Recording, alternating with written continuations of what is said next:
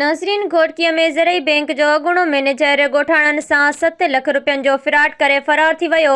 मुतासिरनि लुत्फ़ुल्लाह चाचर, असदुल्ला चाचर, मंसूर अहमद चाचर, दिलदार अहमद चाचर, मुख्तियार अहमद चाचर ऐं अब्दुल गनी चाचर दाहियो आहे त ज़रई बैंक जे अॻूणे मैनेजर तोताराम, कैशियर अनवर पंजाबी ऐं उमेद कुमार मिली भगत करे 16 जिरेब ज़मीन जे कागज़नि ते लोन हासिल करे ठगी कई आहे। एहतजाज कंदड़नि घोटकी न्यूज़ टाइम जे नुमाइंदे असद गुनियो सां ॻाल्हाईंदे चयो आहे त असांजो मुतालबो आहे त असांजी ज़रई बैंक ज़रई ज़मीन जे हिसाब सां असांजे वालिद साहब थोरो कर्ज़ु वरितो, उहो पीआरियोसीं। असां कर्ज़ु जॾहिं पीआरियोसीं त असांजे पासबुकनि ते जेको आहे 7 लख रुपयनि जा कढाए ऐं उहे पाण में खाई विया। ऐं असांखे काई ख़बर न आहे त तव्हां कहिड़े हिसाब सां कढायो। असांजो पीउ जेको हो उहो आऊंठ हणंदो हो, पढ़ियल लिखियल न हुयो, अनपढ़ियो हुयो। उन सां इहो कयो वियो त आङूठो हणाए करे ॿिया कागज़ उन्हनि जा जेके आहिनि उन्हनि ते असांजी पुलिस बि हिन वक़्त ताईं का मदद कोन कई आहे।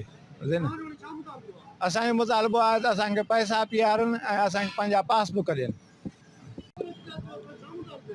असांजो मुतालबो इहो आहे त ज़रई बैंक जे अमले जेको आहे असां सां फ्रॉड कयो आहे ऐं उन्हनि जेको आहे असांजे ज़मीन जे कागज़नि ते, खाते वारे कागज़नि ते पंहिंजे तरफ़ां हथरादू जेको आहे लोन कढियो आहे ऐं उनखां बाद में उहे चवनि पिया असांखे त जेको आहे मतिलबु इहो लोन पीआरियो ऐं पंहिंजे ज़मीन जा कागज़ात वापसि वठी वञो। असांजो ज़रई बैंक जे आला उहिदेदारनि खां इहो मुतालबो आहे त पंहिंजी जांच पड़ताल करनि ऐं जेको आहे न हिननि खां जांच पड़ताल करे असांखे कागज़ पंहिंजा ज़मीन जा वापसि ॾियारिया वञनि। ऐं जेको आहे इन में जेके माण्हू आहिनि मुलविस उहे जेके आहिनि मैनेजर तोताराम, अमित कुमार ऐं जेको आहे न अनवर पंजाबी, ख़ासि इहे माण्हू आहिनि।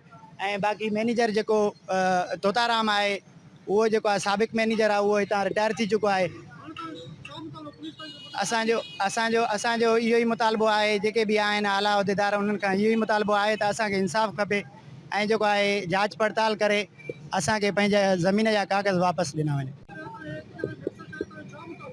साईं, असांजो इहो मुतालबो आहे सभ खां पहिरियों त मां घोटकी जी आवाम खे इल्तिजा कयां थो त ख़ुददारा हिननि माण्हुनि वटि जेको तव्हां वठो था कर्ज़ु त पंहिंजो तरीक़े सां सम्झो, सोचो ऐं ॾिसो।